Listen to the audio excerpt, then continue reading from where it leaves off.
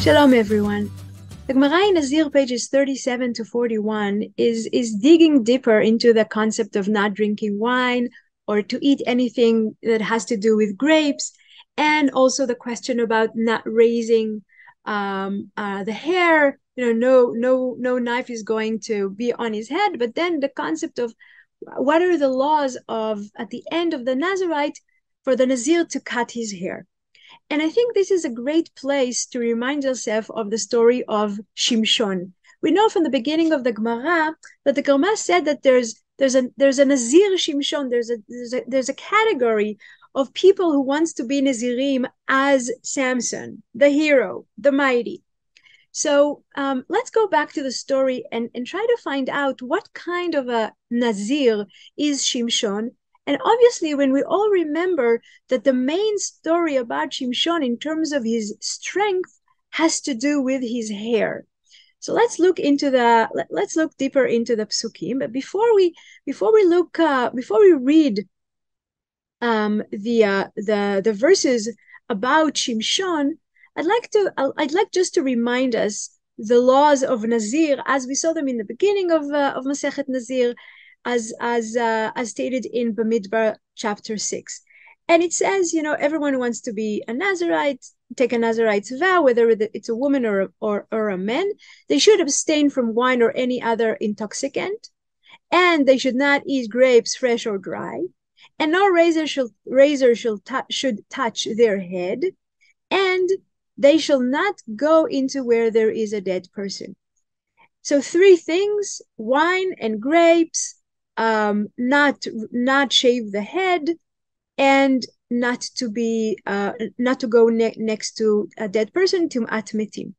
And throughout these psukim, as you see in the light blue, it is mentioned that a Nazir is setting himself apart for God, a Nazirite of God, set apart for God. They are consecrated to God. Okay, the Nazir le Elohim, and that's in terms of the connection or what the Nazirut is doing, what the Nazirite is doing, what's happening between them and God. It's they belong to God through those 3 acts.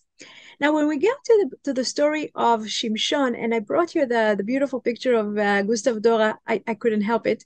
Of course, the main thing of the picture is not only the tricky look on Dlila's face, but also Shimshon touching his hair, because we know the story the point where the story is changing, for the bad for the Jews and for the good for the Palestinians, is where Shimshon cuts his hair, or she cuts his hair.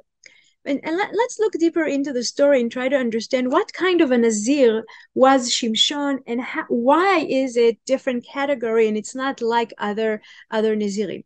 So the story, we're not going to go into all the details. The story is, I'm sure, mostly known. There's a woman. She's the wife of Manoach. We don't have her first name. They're both from the tribe of Dan.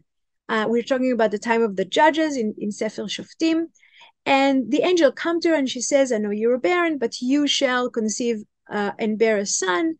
And now be careful not to drink wine or other intoxicant, or eat anything unclean, which we're not going to touch today. And you will conceive and bear a son, but let no razor touch his head. You should be careful, and he should be careful not to shave his head, for the boy is to be a Nazirite to God from the womb on. Okay, it's very clear. He's going to be a Nazirite to God, and he shouldn't shave his head. The question with the wine, it sounds like the Malach wants it to start from the womb.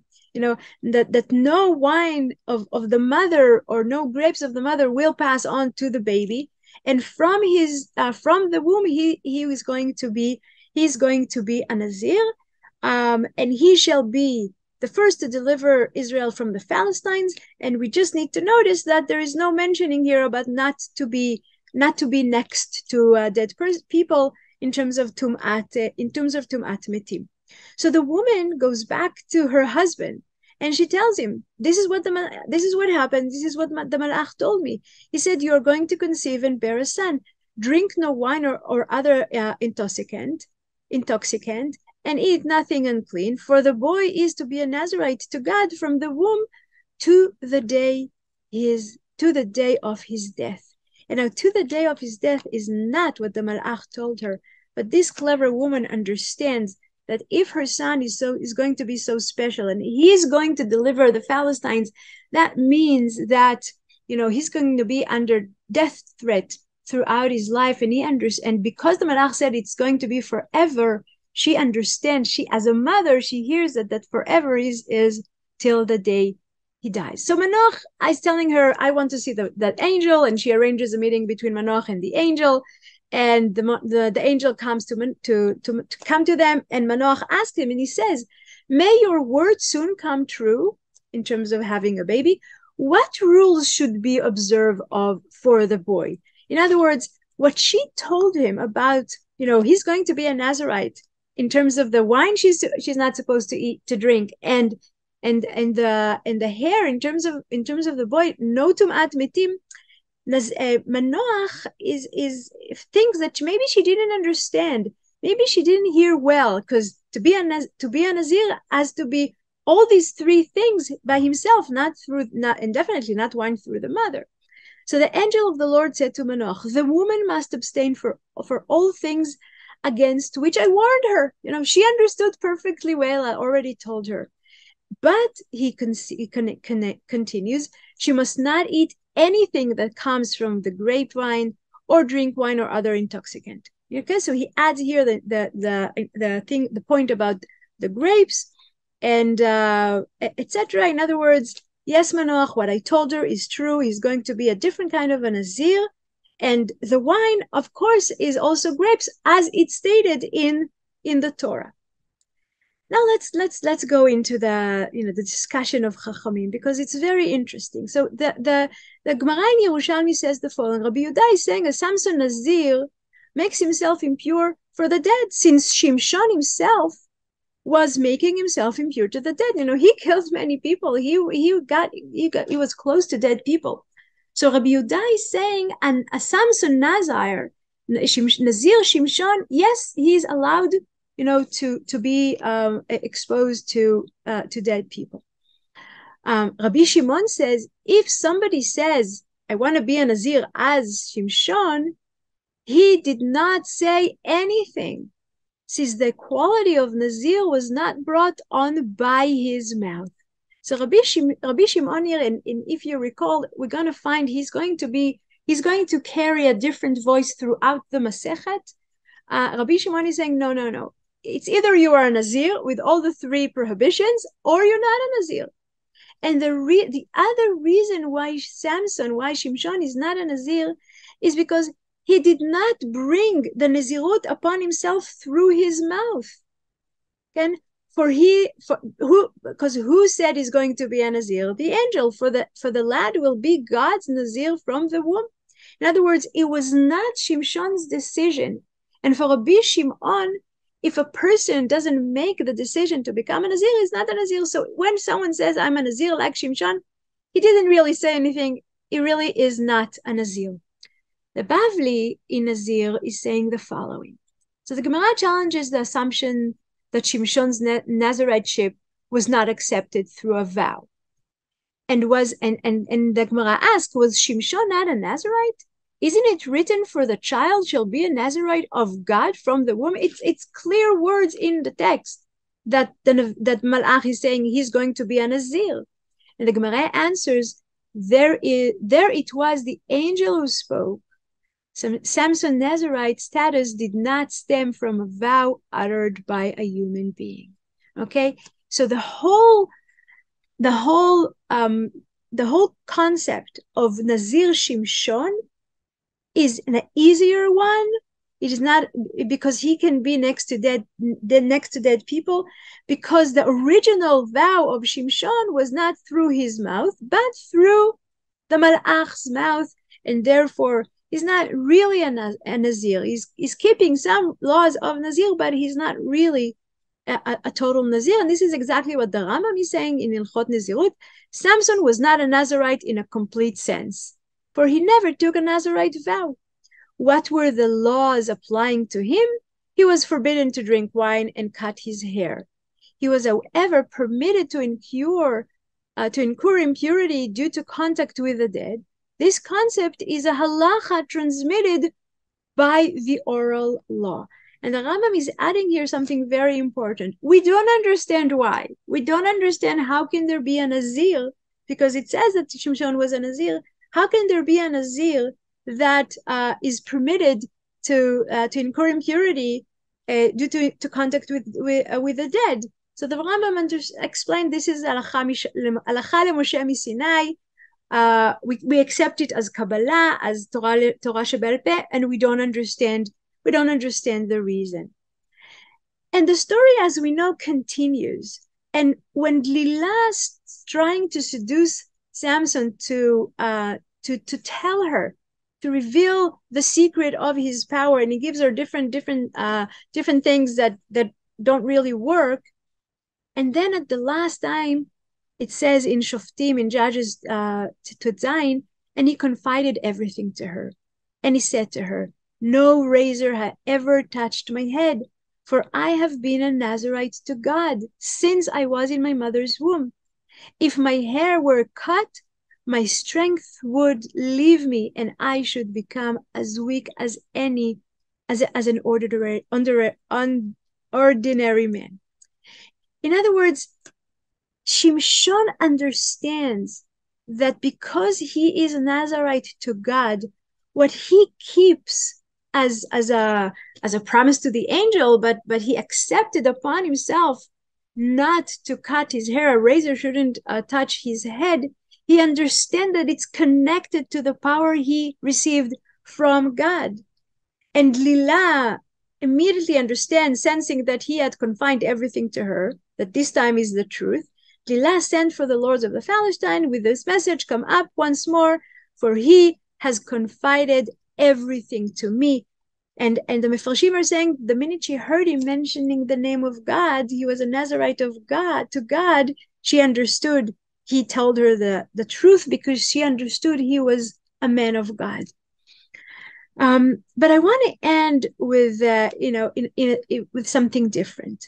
So raising the hair of Shimshon, took away all his koach, and then at the end of his life, he's asking God for one more time of power in order to kill the Plishtim who kidnapped him and tortured him and tortured the rest of Am Yisrael. But I want to finish with an interesting thing we find in the Midrash about the bracha of Yaakov for the tribe of Dan. And we're going back to Sefer Bereshit in chapter 49. And there in chapter 4, and Bereshit Memtet, the bracha that Yaakov is giving Dan is, Dan Yadin Amo Ke'achad Shivtei Israel. Dan shall govern his people as one of the tribes of Israel. Okay, they have the ability of being leaders. And then he says, Yehi Dan nachash alei derech shfifon alei orach anoshche shikvei sus veipol rochbo achor. Dan shall be a serpent by the road, a viper by the path that bites the horse's heels, so that his rider is thrown backwards. Okay, this is a description of a very successful soldiers. Again, Shevet Dan, the tribe of Dan, are indeed very good soldiers. And then Yaakov ends the part about Dan with the words, Lishuatcha kiviti Adonai. I wait for your deliverance, O God. So very, very strange. What does that have to do with anything? So there are many interpretations, but I want to show you the one from the Midrash in Bereshit Rabbah that also Rashi in the place quotes. And the Midrash is saying the following. There was no English for the Midrash. I will translate as I read. Says the Midrash, Yehi Dan nachash alei derech. Dan is going to be like a snake on the road. מה נחש זה מצוי בין הנשים, כך שמשון בן מנוח מצוי בין הנשים. Like the serpent is always there because the women are staying in the tent, cooking, cleaning, taking care of the tents while the men are away for doing whatever they're doing. And the women are closer to the snakes that are on the ground all the time, definitely in a very desert areas. So Shimshon, who comes from the tribe of Dan, is like a snake, like Yaakov said, and he is, he goes to women. But then it says, "Ma nachash ze kol kocho eino ela berusho," like the snake, it's mighty, its power is the head, because with the head, with his mouth, he can bite. Kach Shimshon, also Shimshon, his strength was in his head, and as he says, if you cut my hair, if you shave my head, then I'll be my strength will go away from me. So what the Midrash is saying really, and this is again one interpretation, what the Midrash is saying, that when Yaakov is giving a bracha to Dan, he has on his mind, he has Shimshon. And he thinks, wow, yes, there's going to be a descendant of Dan from me that is going to be such a great leader, both a Nazir le'Elohim and a general that wins all the battles against the Philistines. But then, לפי שהיה יעקב אבינו רואה אותו וסובר שבו גאולה מגעת בימיו, like that's what he thought in the beginning. But then when he saw, כיוון שראה שאמת in prophecy, Yaakov sees that at the end, Shimshon is going to die. He says, "Lishuatcha kiviti Adonai, Lishuatcha kiviti Hashem." And what I think what the Midrash is saying is not only talking about Yaakov praying for his descendant to be well, that God will help them, but it becomes a phrase that we all can say, both about our own lives, when we feel that, we don't know what awaits us, around the corner, and we're hoping for the deliverance of God. It's also about ourselves. It's also about next generations, okay? That we are trying to do the best for them, but we don't know what's going to happen. And therefore, we daven, we pray to God that we wait for his deliverance. So the mighty of Shimshon, through the hair, through what God gave him, through the blessing of Yaakov to his children, grandchildren, and great-grandchildren, to the rest of Am Yisrael, that are going to have challenges in Galut, and Yaakov is already starting to pray, Lishuatcha kiviti Hashem. Thank you.